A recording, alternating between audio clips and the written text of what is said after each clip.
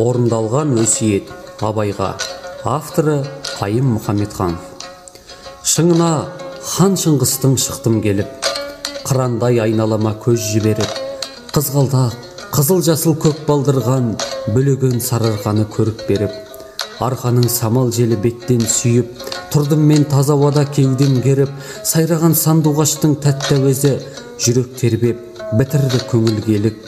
Бұлбұл құс әсемен мен бойды билеп, кеттім мен барынтамен соған еріп, шерткенде жүрек қылын көңіл күйі, адамның болмақшыма өзіндерік, қалқытып, қалықтатып 90 толғап, шалқытып, шарықтатып бітер желік, балқытып қорғасындай бар денеңді, кетпей ме сезім билеп, сүйе керіп, сыбдырын тоқтатпай ма жапырақта, жел тынып тыңдағандай аспан түніп, қызыл гүлдің ғашығы сандуғашты, жан бар ма таңдамайтын болмас өлік. Сандуғаш шарықтатар көңіл құсын, еркін ел, кең далаға болған көрік, айдынның аққуындай жүз қаламым, теңіздің тереңінен маржан теріп, бұлбұлдай сен де сайра қызыл тілім, қанаттанған қиялға бол да серік. Шыңынан хан Шыңғыстың төмен құлап, сылдырлап, сылаң қағып күміс бұлақ, сынаптай тастан ұрғып, сайды жолғып, дамылсыз ағып жатыр қылмай тұрақ.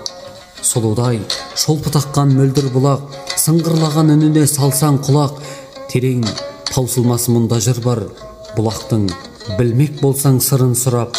Тас бұлақ 90 тарау жатыр құйып, дарияға айналасы көкше құрақ, мен келдім дараланып жағасына, жайқалған көк шалғынның арасына, тауында байғыз көкек, көкте торғай, сайраған бұлбұл қонып ағашына, не түрлі дәмді жеміс, сайының еңсең барып саласына, шалқыған дария бейне көкшіл аспан, толықсып жатқан симай сабасына, тұңғиық түбі терең көлемі кең, көзіңнің симайтұғын шарасына, айна боп бар әлемді тұрған тартып, қазақтың ұлан байтақ даласына.